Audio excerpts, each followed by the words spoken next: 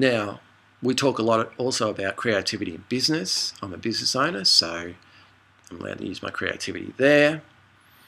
And I'm sure most of you watching have jobs where your employer, or if you own a business, where yourself and, the culture where we live condones the use of your imagination. Meant to be creative.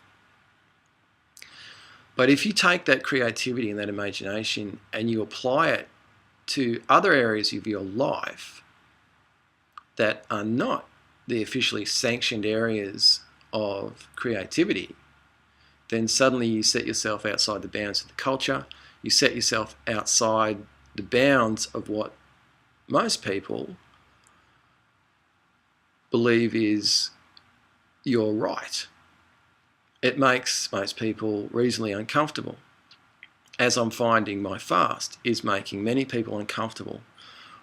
I'm getting messages concerned with things from the basic fact that a human body can't tolerate 40 days on water alone, which is obviously patently false.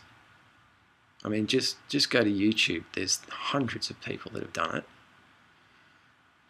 To people concerned that I'm drinking too much water, which is, again, just patently ridiculous. I'm made of water.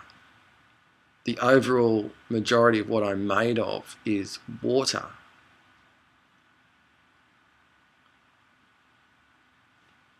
But it's not what we know about in our culture. We don't, we drink our coffee, we drink our tea, we drink our soft drinks, we drink all these things, which all of them leach not only water, but leach all sorts of minerals and essential nutrients and all sorts of things. Leach this stuff from our body every day, and we don't top up properly. We don't eat well. But when somebody like myself decides that enough is enough and that I'm going to elevate my health, suddenly I'm the nutcase. I'm the one that needs to be shown the right way. Guess what? I've never been swayed by people's opinion of me, and this is the last thing that I'm going to allow anybody to promote fear, their fear, into my life. And this is what we're talking about. We're talking about fear. Basic fear of the unknown. And that's a natural thing. We've all got fear of the unknown. I've got fear. I just choose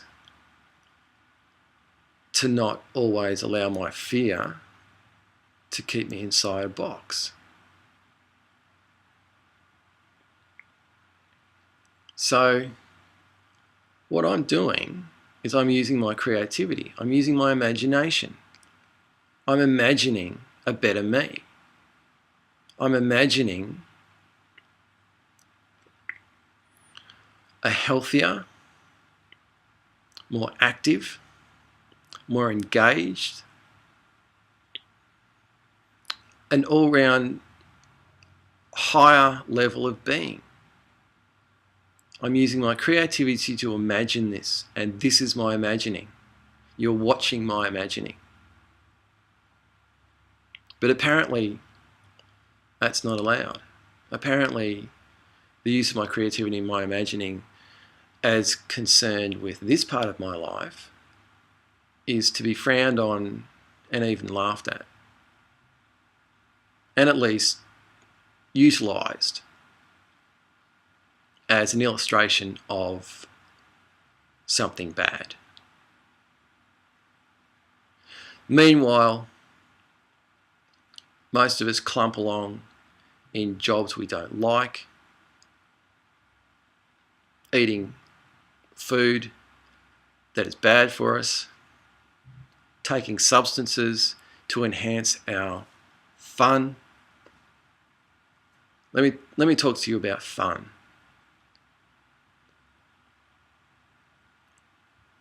Apparently, see, this is another thing I'm noticing at the moment. My mind's a little slow at the moment, and I'm noticing this as I watch the videos, that since I stopped taking alcohol and I started fasting, I've actually noticed that I'm a little bit slower with everything. So I'm talking a little bit slower.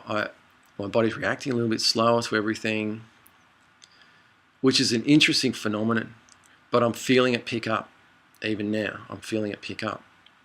So it's like I've been living in this haze, and I believed that alcohol was enhancing my ability to do things. And it must have been to a certain extent, because I was a lot clearer, a lot more coherent, a lot more able to handle everything after a couple of beers. I'd walk into my business, have a couple of beers, and I was good. And now I'm still, I'm still thinking, man, I need a drink or two just to relax myself and get focused. Which, when you think about it, is a ridiculous thought. It really is. It's a ridiculous thought. So at the moment, you're witnessing this process of me, regaining mental capacity, which is a little disturbing, because I've always considered myself to have a reasonable capacity. So there you go. But yeah, fun. Let's get back to this idea of fun. And this relates back to the Facebook post. I was considering some sort of regulation, maybe necessary, on items that are killing us all. Items with high sugar content, with high fat content, with high artificial substances, with high preservatives.